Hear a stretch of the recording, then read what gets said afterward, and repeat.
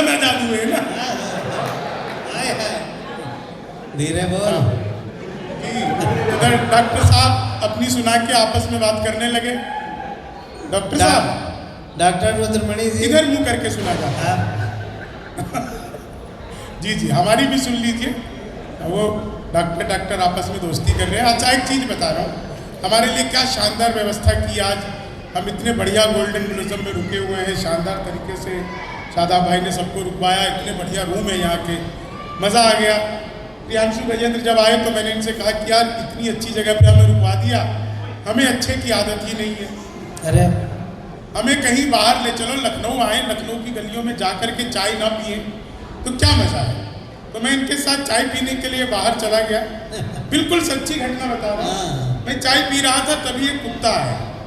तो कुत्ते को देखकर मेरे भीतर दया जगी। मैंने सोचा मैं तो चाय पी रहा हूँ, ये कुत्ता क्या कर रहा है। तो मैंने चाय वाले से कहा एक बिस्कुट का पैकेट दो।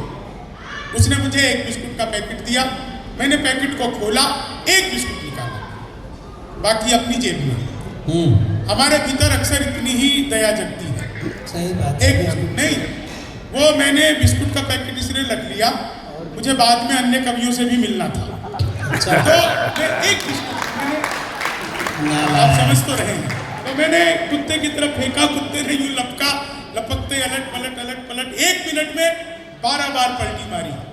नीतीश कुमार से भी ज्यादा 12 बार पलटी मारी। मैं घबरा गया। मैंने तुरंत ही चाय वाले को पकड़ लिया। मैंने कहा क्या मिला दिया तूने बिस्कुट में। ये तो अच्छा हुआ कि मैंने पहले नहीं खाया, नहीं तो मैं भी पलटी मार रहा होता। तो चाय वाले ने हाथ जोड़ लिया, बोला बाबूजी मुझे मत डांटिए, ये बिस्कुट पतंजलि का है। खाते ही कुत्ता अनुलोम विलोम कपालभाति सूर्य नमस्कार प्राणायाम सारे योगासन एक साथ और एक चीज में देखिए, मैं जब एयरपोर्ट पे उतरा, लखनऊ एयरपोर्ट पे, क्या शानदार एयरपोर्ट है। बाहर जैसे ही निकला 2 लोग आपस में गाली गलौज कर रहे थे। मैं समझ गया सही जगह आया।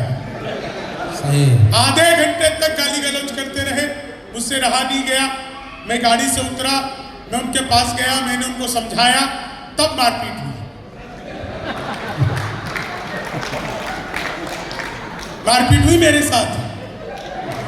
सही बात। वो पकड़कर मुझे बुरी तरह धुनने लगे। मैंने फिर समझाया तो अच्छी तरह धुना। तो एक बात समझ में आई कि लखनऊ वालों को बिल्कुल समझाया नहीं जा सकता। मैं पॉलिटिक्स पर कुछ भी नहीं कहता, बिहार का रहने वाला हूँ, पॉलिटिक्स पर कह भी क्या सकता हूँ। पिछले दिनों बिहार में इलेक्शन हुए तो कांग्रेस पार्टी की कुल 6 सीटें आई थी। इससे ज्यादा तो लालू जी के बच्चे हैं। जिलाध्यक्ष बैठे हैं। हाँ, मतलब पूरी कांग्रेस बिहार में उतनी मेहनत नहीं कर पाई जितने अकेले लालू जी कर गए। सच बता रहा हूं, मैं कुछ भी पॉलिटिक्स पर, मैंने तो पिछले दिनों मोदी जी से पूछा और बात आप लोगों तक पहुंच जाए तो एक एक व्यक्ति की ताली बजेगी। मैंने मोदी जी से पूछा, मैंने कहा मोदी जी आपकी नीयत क्या है। मोदी जी बोले मेरी नीयत पाक साफ है।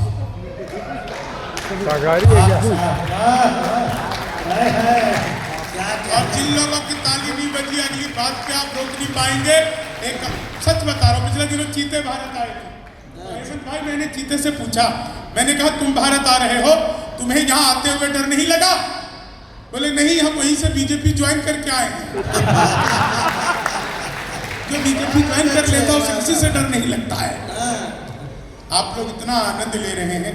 एक बार मैंने अपनी सगी पत्नी से पूछा, सगी पत्नी से पूछनी पड़ती है। मैंने एक बार अपनी सगी पत्नी से पूछा, मैंने कहा क्या मैं तुम्हारे सपनों में आता हूं। बोली नहीं, मैं हनुमान चालीसा पढ़कर सोती हूँ, भूत पिशाच निकट नहीं आ रहे। सही तो देखना तो लगते हो। हाँ, और डॉक्टर साहब मैं तो आपको प्रणाम करता हूँ। सर्वेश जी कुछ कह सकते हैं। मैंने आज तक अपने जीवन में किसी भी डॉक्टर को नाराज नहीं किया। आप जितने लोग यहाँ पे डॉक्टर नहीं हो, क्योंकि कई डॉक्टर हैं यहाँ पे, तो इसलिए मैं बताना चाहता हूँ जीवन में कुछ भी कर लो, किसी भी डॉक्टर को नाराज कभी भी मत करो। क्योंकि डॉक्टर धरती पर फरिश्ता होता है, भगवान का रूप होता है। कभी ऊपर वाला आपसे नाराज होता है तो वो आपको डॉक्टर के पास भेज देता है। सही बात है। आपने गलती से भी अगर डॉक्टर को नाराज किया तो ऊपर वाले के पास भेज देगा। इसलिए कभी भी डॉक्टर को नाराज मत करो। ऑपरेशन थिएटर में मरीज लेटा हुआ है, डॉक्टर ने मरीज को देखा, देख करके कहा पांडे घबराओ मत। इतना सुनते ही मरीज उठकर बैठ गया। बोला डॉक्टर साहब लगता है आप किसी गलत मरीज का ऑपरेशन करने आ गए, मेरा नाम पांडे नहीं है। तो डॉक्टर ने कहा मैं जानता हूँ पांडे मेरा नाम है, मैं खुद को कह रहा हूँ पांडे, घबराना नहीं है।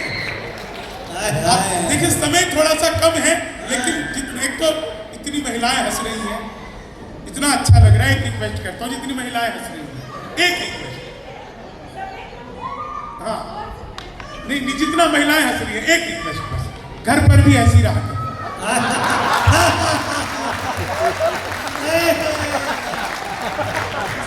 कितनी ताली बजा रहे हैं, छोटे छोटे बच्चे बड़े खुश हैं। दरअसल वो माँ बाप को हंसते हुए एक साथ पहली बार देख रहे हैं, इसलिए उनकी खुशी का भी ठिकाना नहीं। तो रमेश जी समय नहीं है बिल्कुल, लेकिन मैं 4 लाइनें आपको गा करके जरूर सुनाना चाहता हूँ। अभी डॉक्टर साहब आए थे, डॉक्टर साहब सुर में गाते हैं, मैं महिषासुर में गाता हूँ। लेकिन एक चीज कहना चाहता हूँ डॉक्टर साहब, आप जितना अच्छा गाते हैं ना, कसम से आपको डॉक्टर नहीं गायक होना चाहिए। डॉक्टर तो कोई भी बन सकता है, गायक कोई कोई बनता है, सच बता रहा हूँ। डॉक्टर तो 1000 हो सकते हैं साहब, लेकिन अच्छा गाने वाला कहाँ हो पाता है। छोड़िए डॉक्टरी को, गायकी में आइए। हाँ यहाँ से भी प्राण लिए जा सकते हैं।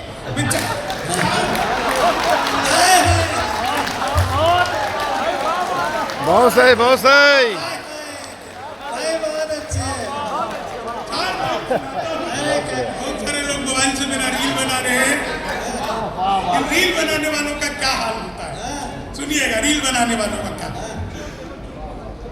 लेनी थी जीत हमने मगर बात ले लिए, कितने हसीन देखिए जज्बात ले लिए। दूल्हा बेचारा रील बनाने में रह गया, दुल्हन ने फेरे पंडित जी के साथ ले लिया। दुल्हन ने फेरे पंडित जी, और बिल्कुल नई 4 लाइनें सुनाता हूँ हेमंत भाई, सुनना मजा आ जाएगा। बिल्कुल नई 4 लाइनें, आप सबको आनंद आएगा। ये डाइस बहुत ही खूबसूरत है साहब, मैं सच बता रहा हूँ, क्योंकि यहाँ पर मैं और क्या तुम हो इसीलिए सुंदर लग रहा है। हाँ नहीं, क्योंकि यहाँ पर मेरी सबसे पसंदीदा शायरा शबीना अदीब जी बैठी हुई हैं। उनके गले में इतनी बरकत है, उनको सुन सुन के मैं बड़ा हुआ हूँ, और मैं उनको जब भी देखता हूँ तो मुझे अपनी मतलब बड़ी बहन की याद आती है, और उनको देख करके मैं हमेशा पैर छू के उनको प्रणाम करता हूँ, सच बात है। तो एक बार उनकी उपस्थिति के लिए तालियां बजाइए, मुझे बहुत अच्छा। हमने हजारों यात्राएं की है, देश विदेश पता नहीं कहाँ कहाँ साथ गए, उनको देख के मन प्रसन्न होता है। 4 लाइनें सुनाता हूँ, आज तक की बिल्कुल नहीं 4 लाइनें। बहुत अच्छे। कि उसको खिलाए बिन मैं कुछ भी खाता नहीं हूँ, उसको खिलाए बिन मैं कुछ भी खाता नहीं हूँ, और घूमने अकेले भी जा पाता नहीं हूँ। ऊंचाइयों से गिरने लगे जब से है पति, पत्नी के साथ छत पे भी मैं जाता नहीं, पत्नी के साथ छत पे भी मैं जाता नहीं। और अंतिम 4 लाइनें, क्योंकि समय सबके लिए बराबर है। हेमंत भाई ने योगी बाबा का जिक्र किया। योगी जी की सरकार जब बनी थी, पहला काम किया था एंटी रोगियों, जैसे जूलियट की गलती ना हो, आधार कार्ड मिलवा मिलवा के पीटे गए। मैंने 4 लाइनें लिखी कि जुल्फों में उंगलियों को फिराने नहीं देते, जुल्फों में उंगलियों को फिराने नहीं देते, कलियों के पास भंवरे को जाने नहीं देते। इतनी सी शिकायत है हमें योगी आपसे, खुद से न बटी हमको बटाने नहीं देते, खुद से न बटी। भगवान मेरा साथ आप यूं भी निभाना, किस्मत के खेल में मुझे ऐसे भी जिताना, किस्मत के खेल में मुझे ऐसे भी जिताना। सलमान के जैसे भले बीते ये जवानी, लेकिन बुढ़ापे में अनूप जलोटा बनाना, लेकिन बुढ़ापे में। और सचमुच की अंतिम 4 लाइनें दिनों ट्रंप ने कहा मैं भारत आना चाहता हूं। मैंने कहा आओ, बिल्कुल नहीं लिखी है मैंने, आओ। हमसे बांग्लादेशी नहीं रुक रहे, तुम रुकोगे। लेकिन यहाँ पर आकर हमारे किन किन नेताओं से मिलते हुए क्या क्या सावधानी बरतनी है। लखनऊ वालों, आपको लगे कि बिल्कुल सटीक व्यंग्य कर दिया कवि ने, तो जितनी तालियां आपने मेरे काव्य पाठ में अब तक बजाई, अंतिम लाइनों पे बजा करके अब मुझे बताइएगा, मैं अपना स्थान लूंगा। मैंने ट्रंप को क्या सलाह दी, भारत आकर के हमारे किन किन नेताओं से मिलते हुए क्या क्या सावधानी तुम्हें बरतनी।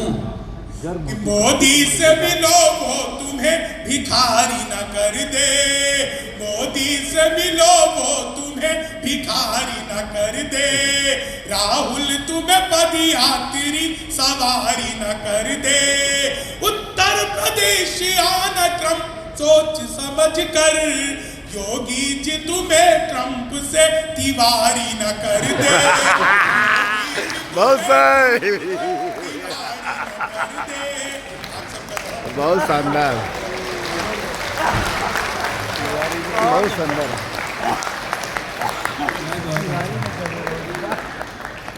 ये जो मुस्कुराते हुए तंजिया बातें हुई, ये हमें बहुत आनंद देती हैं। शंभू शिखर इसीलिए बहुत हिट है पूरी दुनिया में। हमको इस समय प्रसंग याद आ रहा है, हमारे देवी देवताओं के टाइम का प्रसंग है कि एक बार क्या हुआ, लक्ष्मी जी में और शनिचर भगवान में झगड़ा हो गया। शनिचर लक्ष्मी जी, शनिचर में हमने